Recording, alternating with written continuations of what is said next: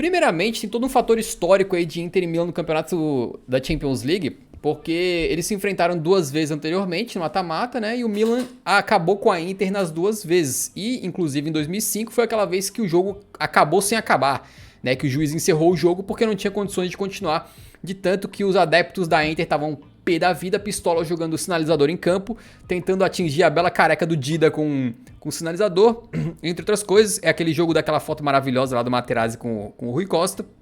Então, o Milan historicamente, digamos assim, a Inter historicamente está tentando fazer com que seja uma revanchezinha histórica, né? Não deixar o Milan patrolar mais uma vez aí na Champions League, o Milan que é o segundo maior campeão da história da competição.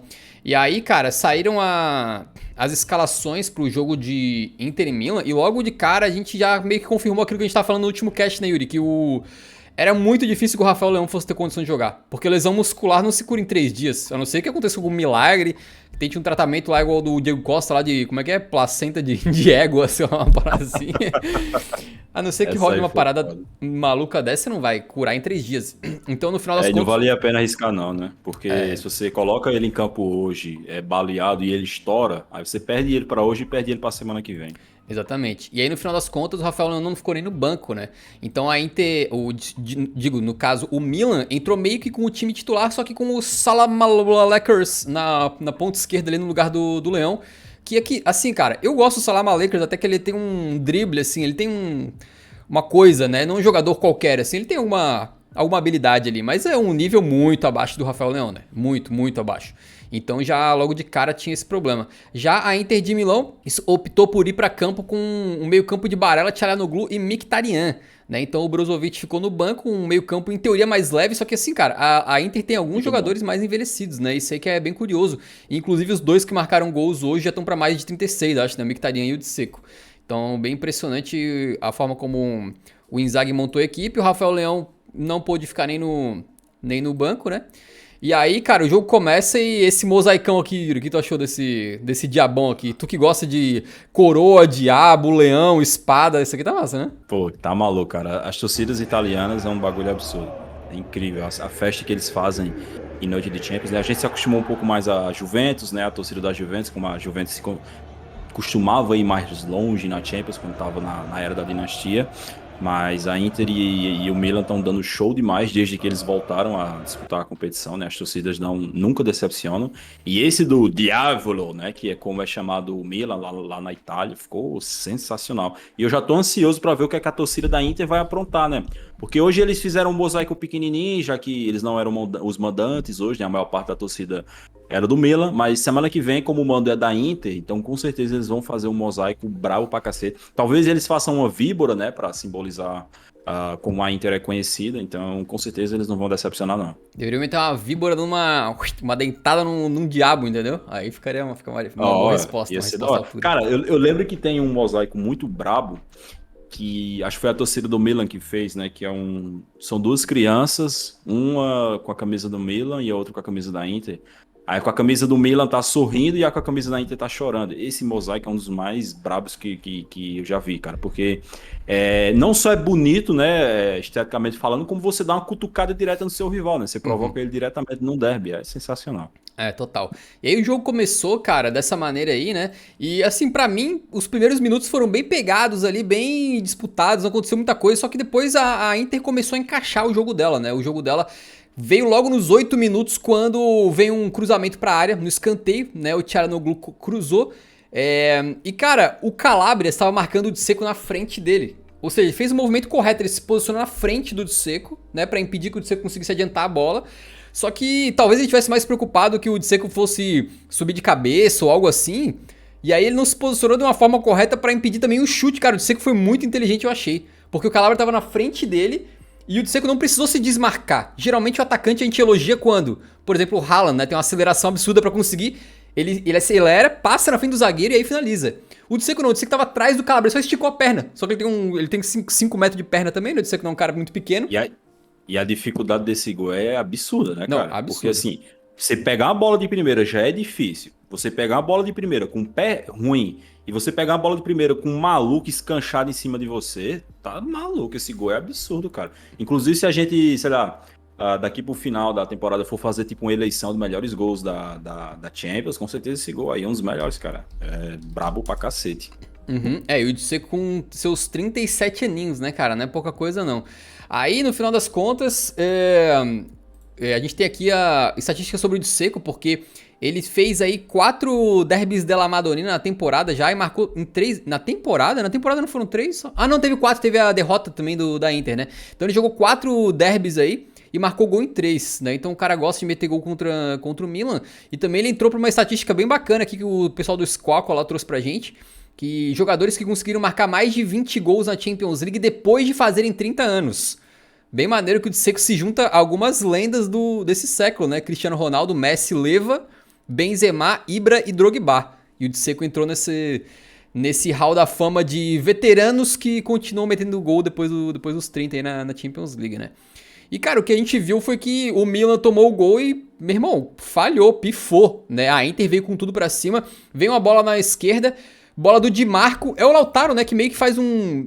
É meio que um corta-luz, mas ele não é exatamente um corta-luz. Corta-luz e ele tipo dá uma protegida, Isso. porque o Tonali tava chegando, né? Aí ele usa o corpo dele pra impedir que o Tonali chegue na bola e liberar o caminho pro Mkhitaryan. Foi muito inteligente do Lautaro, o Mkhitaryan invade a área, finaliza muito bem e faz 2-0. Isso era o quê? Era 10 minutos de jogo, né? 11 minutos no gol do Mkhitaryan.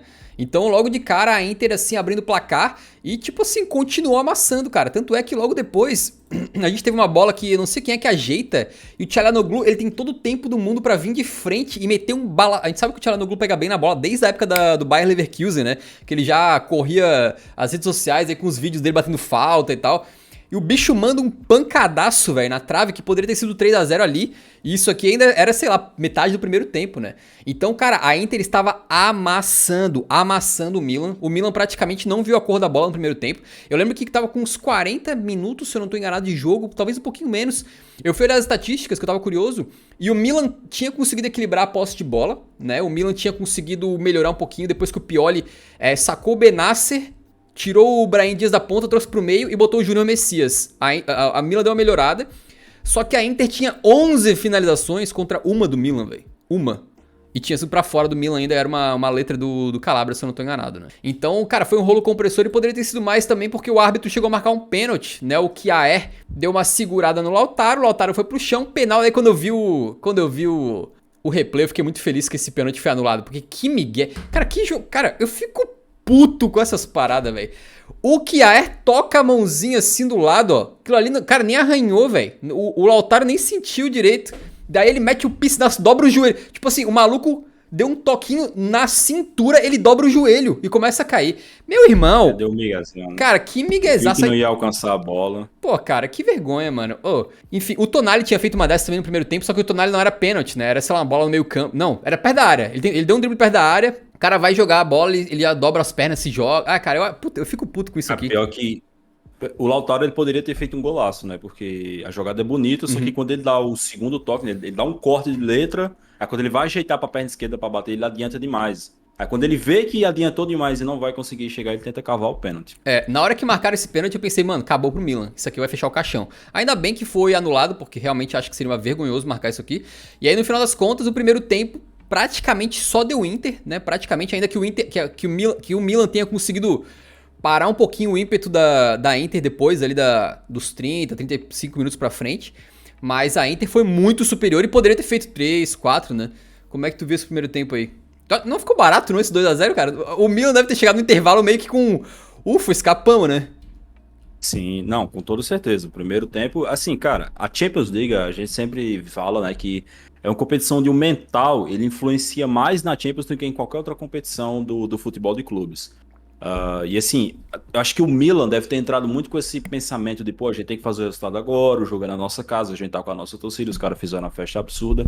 E aí quando sai o gol do Dzeko muito cedo, o time do Milan, ele se desorganiza num nível, cara, que parece que todos os jogadores, eles ativaram um modo, tipo, porra, temos que empatar essa merda agora. Tipo assim, agora, vamos empatar agora. Aí começaram a ir pra cima, começaram a atacar de maneira completamente desorganizada e completamente desordenada, né? Jogadores todos fora de posição, nervosos, errando coisas bobas. Tipo assim, cara, no primeiro tempo tem uma jogada que, eu não sei se foi o Dumfries, que ele dá um passe pra frente completamente errado. E os jogadores do Milan, eles não reagem. Tipo assim, um passe totalmente errado, né? Não tá indo na direção de ninguém, e eles não reagem, deixa a bola passar, e o Lautaro corre atrás, quase consegue pegar. Então, acho que é um reflexo muito claro de como os jogadores do Milan estavam nervosos, como eles estavam tensos, desorganizados, meio que sem saber o que fazer. E aí, quando eles conseguiam pegar a bola, dar uma acalmada, botar a bola no chão, tentar trocar passes, simplesmente não saía nada. Acho que esse time do Milan, cara, é muitíssimo dependente do Rafael Leão, cara. E assim, o Rafael Leão é um jogadoraço absurdo, mas não dá pra você ser tão dependente de um jogador assim. Acho que você precisa ter alternativas. E pra você ter uma noção, o Rafael Leão, ele foi desfalque do Milan três jogos nesse ano. E os três o Milan perdeu. Então o Milan simplesmente não sabe jogar sem o Rafael Leão. Não sabe. Quando o Rafael Leão tá lesionado, tá suspenso, tá machucado, tá com algum problema, não consegue. A equipe não consegue jogar. Então é preocupante demais, cara, esse jogo, né? Preocupante, especialmente considerando que no melhor cenário possível que o Rafael Leão consiga voltar para volta, jogar, ser titular, os 90 minutos. Ainda assim, ele provavelmente não vai estar 100%, né? Porque quando é uma lesão muscular no jogador, digamos, um jogador que não seja tão explosivo, sei lá, um meio-campista, um zagueiro, um centroavante, às vezes até dá para dar uma administrada, né? Só que um jogador como o Rafael Leão, que o tempo inteiro ele tá forçando, ele tá correndo, ele tá dando sprint, ele tá mudando de direção. Você já voltar para uma partida tão intensa como essa, tem até chance dele estourar de novo. Acho que o Pioli, cara, ele ficou sem alternativas, né? Um técnico muitíssimo bom, mas que nessa partida parecia que não sabia muito o que fazer para contra-atacar o plano da Inter. Não só na parte ofensiva, como também na parte defensiva. Até deu uma melhorada depois, mas no primeiro tempo realmente foi uma coisa horrorosa. Poderia ter terminado tranquilamente os 4-0 para a Inter. Uhum. Uma coisa que eu acho curioso do Milan é que, cara, geralmente quando um time defende bem, às vezes defende bem quase tudo e deixa um espaço em algum lugar. Então eu tava lembrando do jogo do Napoli, em que o Milan dobrou a marcação pra cima do Kvara, e aí conseguiu anular o Kvara um pouco, né? E quem tava conseguindo ter um pouquinho mais de espaço era o Politano lá na outra ponta, né? Então assim, a defesa defendia bem, mas tinha um espacinho. Só que hoje, cara, esse espaço tava em toda a defesa. Então a Inter chegava pela direita, tinha espaço. A Inter chegava pela esquerda, tinha espaço. A Inter chegava pelo meio, tinha espaço. Tipo assim, a zaga do Milan parecia que tava realmente uma peneira, né? Tava muito ruim mesmo, cara, no primeiro tempo. E eu notei que um cara que eu esperava que poderia fazer diferença era o Brahim Dias, né? Porque, pô, eu lembro muito bem dos jogos do Napoli em que ele decidiu com dribles, né? Ele conseguia, às vezes a marcação do Napoli encaixadinha, ele fazia uma mágica, ele passava por dois e abria o campo pra puxar um contra-ataque. Só que hoje ele ficou muito encaixotado, velho. Eu lembro de uma hora que ele conseguiu meio que sair driblando um pouquinho, só que logo depois veio uma cobertura já e parou ele. Então o bicho tava no meio campo ali de uma maneira que ele não tava conseguindo render. Ele não tava conseguindo fazer um pouco do que talvez a gente esperaria do Rafael Leão, né? E por isso o Milan também, além de estar uma peneira na zaga, tava com pouca criatividade no ataque. Tanto é que eu falei pra vocês, tava quase no final do primeiro tempo e o Milan tinha chutado uma vez pro gol só e pra fora, tá ligado? E aí, cara, então a gente vai pro segundo tempo, né? Que começa com o Tonali, inclusive, mandando uma bela bola pro Júnior Messias, né? Deixou na cara do cara do gol. Não é porque ele tava um pouco longe, ele não... O zagueiro... Nessa foto que eu tô mostrando pra quem tá vindo ao vivo, não tá mostrando, mas o zagueiro tava logo chegando, né? Então Ele errou, cara. Ele errou no domínio. O Messias. Ele errou porque...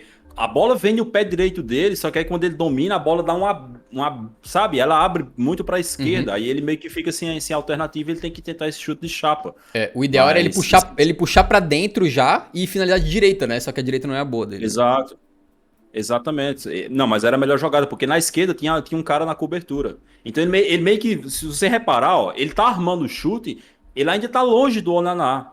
Só que ele já tá armando o chute porque no que ele dominou errado, a bola foi muito pra esquerda e já tinha um cara chegando, eu não me lembro quem era, mas já tinha um jogador da Inter chegando, aí ele teve que chutar de qualquer jeito, com o corpo meio mal ajeitado, sem estar na melhor posição, e acabou chutando muitíssimo mal, era uma chance de ouro, cara. Essa aqui foi a melhor chance do Milan até esse momento, né? E aí depois a gente teve uma jogadaça, eu acho que foi do Bastoni, né? Cara, o Bastoni é um zagueiro bem curioso, né? Já viu o Bastoni fazer cruzamento que ele parecia que tava colocando a bola com a mão na cabeça dos jogadores da Inter. E agora ele fez uma jogadaça pelo meio ali, acho que foi... O Benfica, ele deu uma assistência da porra. Como é que é? Contra o Benfica, que ele deu uma assistência pro Barella. Isso. E agora ele deixou o Dzeko na cara do gol, o Dzeko tava ali pronto pra fazer o terceiro gol. Mas aí eu achei também que o Dzeko foi muito mal, porque se tu for ver, tem um lado do gol do Manhã que tá muito mais aberto, e ele tentou bater no outro que tava mais fechado, né? Mas também ele tava bem pressionado pelo Theo Hernandes, ele não tava, assim, com a bola muito perto do corpo, tava um pouquinho difícil, mas foi um gol perdido. Ficou em cima dele demais. Quando fica em cima assim, é bem ruim pra você escolher o canto pra chutar mais teu jeito. E assim, essa jogada, cara, sei lá, para o torcedor do Milan arrancar os cabelos tudinho da cabeça. Porque o Bastoni pega a bola e ele sai andando, andando, e os caras vão abrindo, os caras vão abrindo, os caras vão abrindo, e de repente ele já tá lá na intermediária, dando passo para um centroavante ficar na cara do gol. Pelo amor de Deus, pô, semifinal de Champions League. Sério, olha, o meio-campo do Milan hoje, vou te contar, viu, meu? Foi um negócio horroroso, cara. Assim, o Tonali até deu uma escapadinha na parte ofensiva, mas de maneira geral foi muito mal. Acho que esse pau foi a pior parte, né? Porque assim, a defesa do Milan também foi uma merda, mas eu acho que o meio-campo foi ruim em todas as instâncias possíveis. Uhum. Aí depois desse lance aqui, a gente acabou tendo muita mudança, né? Anotei aqui, ó, entrou o Salam Aleikum, quer dizer, saiu o Salam Aleikum, entrou o Origi, né? Até entrou bem, fez uma jogada ou outra. Saiu o Kjaer, que fez um jogo bem ruim, né, como zagueiro, entrou o Thiaw. Saiu o Mkhitaryan, entrou o Brozovic. E aí depois disso aí vem a segunda melhor chance do Milan na partida, na verdade, que foi uma bola na trave do Tonali, né? Alguém dá uma escorada pra ele ali, ele manda um balaço também, a bola dá aquela triscadinha na trave e sai. Que, pô, era muito importante pro Milan ter tirado pelo menos um golzinho nessa partida aqui, né? E poderia, teve duas chances pelo menos, uma com o Tonali e uma com o Júnior Messias. Mas E acabou ó, não... ó, Diga. a Inter repetiu o que ela fez nas quartas de final passada, né? Tô lembrando disso agora, que contra o Benfica eles também faziam 2-0 no primeiro jogo, que era mando do adversário, e agora de novo com o mando do adversário eles conseguem fazer um 2-0. Absurdo. É verdade. E no final das contas, depois tem mais um monte de trocas aqui, né? Entra até o Lucacão da massa. Inclusive, ele entra bem, ele dá uma arrancada bem maluca. O Lukaku, às vezes ele é meio engraçado correndo, ele é meio brutão assim, mas ele vai conseguindo, né? Ele vai conseguindo, vai driblando e tal. É bem maneiro o Lukaku, ele entrou também no jogo. E, cara, a câmera focou lá no Rafael Leão, estilosíssimo. Isso aqui no final do primeiro tempo ainda a foto, mas acho que representa o que o torcedor do Milan tava sentindo, né? Porque Rafael Leão frustradíssimo ali. Mas o Rafael Leão é o tipo de cara que ele consegue tirar uma coisa do nada, né? Mas ele consegue pegar uma bola num contra-ataque, driblar 2, 3, ele consegue puxar, abrir espaço. Ele é o cara que faz acontecer, né? Eu tava esperando que poderia ser ele ou o Brahim Dias. O Brahim Dias foi anulado praticamente o jogo todo. E o Rafael Leão não jogou. Então, realmente, ofensivamente, tu via que o Milan não tava funcionando. O Giroud tocou muito pouco na bola. Tu vê, no final das contas, quem levou mais perigo ofensivamente, acho que foi o Tonali, que deixou uma vez o Júnior Messias na cara do gol e meteu uma bola na trave. Eu acho que foi o Tonali que acabou. Só que o Tonali, assim, ele tem a qualidade pra fazer isso, mas ele não deveria ser o principal criador da equipe, né? Então acho que tinha algo que tava bem desfuncional. E no final das contas, acabou o jogo 2-0 pra Inter. No que, na minha modesta opinião, ficou um pouquinho barato, tá? Poderia ter sido 3, poderia ter sido 4 aí. O Milan também teve uma chance de reduzir o placar, mas eu acho que, assim, ficou de muito bom tamanho, porque a Inter foi bastante superior nos 90 minutos, bastante, né? E não perdoou quando teve as chances no começo do jogo ali. Agora, pro jogo de volta, vai ser complicado, porque o Milan não só vai ter que vencer uma Inter, que tá muito bem, né? Ela vem, agora acho que foi a 7ª vitória consecutiva, se eu não tô enganado. Como também vai ter o mando da Inter. Então 95% do estádio vai estar pulsando, gritando Inter, Inter, Inter, né? Cara, eu acho que um abraço, né? É igual o que eu falei do Benfica, cara. Depois que a Inter fez 2-0 lá na Luz, né? Pra reverter, cara. Porque assim, esse time da Inter é um time que, pra você buscar o resultado contra eles, é muito difícil, cara. É muito difícil. Então, se você sai atrás no eliminatório contra esses caras, dá muito ruim, cara. Por exemplo, a Juventus já cometeu esse erro, né? Na semifinal da Copa da Itália, a Juventus estava vencendo por 1-0 até o finalzinho do jogo, que aí sai o pênalti, o Lukaku faz o gol. E aí na volta, a Inter faz o resultado e se classifica. Eu acho que quando você não consegue buscar o resultado contra eles no primeiro jogo, cara, pra ir correr atrás contra os caras na volta, é muito difícil. É um time que já mostrou que sabe armar para se defender, sabe armar para jogar no contra-ataque, sabe se armar para aproveitar chances de gol de maneira rápida, né? O segundo gol hoje é um exemplo disso. Então eu não consigo ver, assim, mesmo com a volta do Leão, a não sei que o Leão volte completamente feroz, né, com raiva. Eu tava guardando essa piada pra depois, cara. Perdeu, cara, perdeu. A não ser que o Leão volte muito agitado, né, aí, sei lá, de repente ele possa descolar um golzinho lá no começo, mas não consigo ver o Milan, esse Milan, né, do jeito que tá, do jeito que tem jogado, conseguindo fazer 2 ou 3 gols e não levando nenhum gol da Inter, né? Eu falei aqui na segunda-feira, né? Teve o Eurocast na segunda, a gente falou sobre os jogos e eu falei, eu acho que a Inter tem um elenco melhor do que o Milan, né? O Milan tem alguns excelentes jogadores ali, como o Leão, como o Brahim, como o Giroud, mas de maneira geral, acho que o elenco da Inter é mais equilibrado, eles têm mais bons jogadores por posição. E aí quando você perde um desses poucos excelentes jogadores que o Milan tem, aí faz uma diferença brutal. Então, sinceramente, eu acho que já era. E assim, ó, essa Champions aqui ainda não teve nenhuma virada histórica. Então, eu diria que talvez essa seja a última chance disso acontecer. Uhum. Seria bem especial pro torcedor neutro como eu aí, se tivesse alguma loucura acontecendo no segundo jogo. E também, assim, lembrando que 2-0 é pesado, mas não é o fim do mundo. Tipo assim, se o Milan faz É o placar mais perigoso do futebol. Pô, se o Milan faz um gol no jogo de volta ali no primeiro tempo, o bagulho começa a ferver, né? Então não é uma vantagem super elástica que não dê pra virar. A gente fez uma enquete pra quem tá assistindo ao vivo aqui, né? Perguntando se a Inter já classificou. 30% votaram em não, o Milan vira. E 70% disseram que sim, o Milan já deu tchau pra Champions League. Né? Vamos ver se agora na volta com o Rafael Leão eles vão conseguir entrar com mais garra pra conseguir tentar reverter esse resultado. Mas tu acha então que já era, adeus, acabou-se, escafedeu-se, escapou pelos dedos, escorregou, foi de base, foi de lojas americanas a classificação do Milan? Andiamo. Acho que já era, porque, enfim, pelos motivos que eu falei, eu acho que a Inter vai voltar à final da Champions depois de 13 anos e vai finalmente conseguir uma eliminaçãozinha contra o seu rival nessa competição, né? Porque, assim, cara, se fosse. Eu já falei isso aqui. Se fosse eliminado pela terceira vez contra o Milan, ia ser papo de ser zoado pelo resto da vida, tá ligado? Eles não. Os jogadores do Milan, eles têm essa missão de não serem eliminados pro Milan de jeito nenhum. Porque, assim, se o Milan for eliminado semana que vem, os torcedores ainda podem dizer, pô, mas beleza, a gente eliminou vocês 2 vezes, pelo menos umazinha vocês conseguiram, né? Mas o torcedor da Inter não. O torcedor da Inter não tinha mais crédito. Eu acho que. Cara, posso fazer uma observaçãozinha aleatória Claro. antes da gente finalizar? Essa camisa da Inter sem o patrocinador Master fica, ó, lindíssima. Pô, quase qualquer camisa sem o patrocinador pra mim fica melhor, cara. É porque assim, eu entendo que precisa de patrocínio, mas, pô, cara, bem que dava pros clubes não terem patrocinador Master, né? Pô, coloca patrocínio aqui na manga, na meia, Essa foi aquela sei treta lá. com a Digital Bits, que era uma empresa envolvida ali com criptomoedas, sei lá o que era, que começou a dar calote na Inter, não é isso aí? Ou tô viajando? Eu acho que é. Eu Aham. só sei que a camisa tá lindíssima, tá podre de chique, tá? É a camisa mais linda dessa Champions só por não ter o patrocinador Master. Então tá aí, cara. Só pra finalizar então, além disso, a Inter também encaixa 3 vitórias consecutivas sobre o Milan na temporada, com um placar agregado de 6-0, amigo. 3-0 na Supercopa Italiana, 1-0 na Série A italiana e agora 2-0 na Champions League. Então começa a ficar um pouquinho feio pro Milan aí.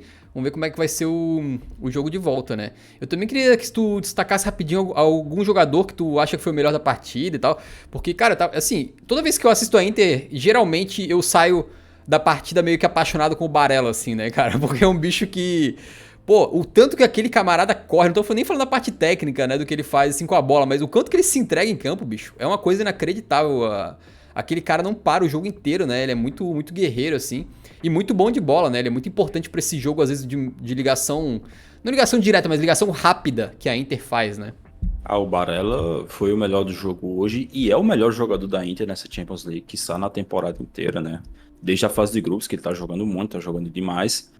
Foi importante nos jogos contra o Barcelona, que foram muito decisivos para a Inter, contra o Benfica e agora contra o Milan na semifinal de novo. Um cara que, inclusive, quando a gente for montar a seleção da Champions, é fortíssimo candidato para estar ali no meio-campo.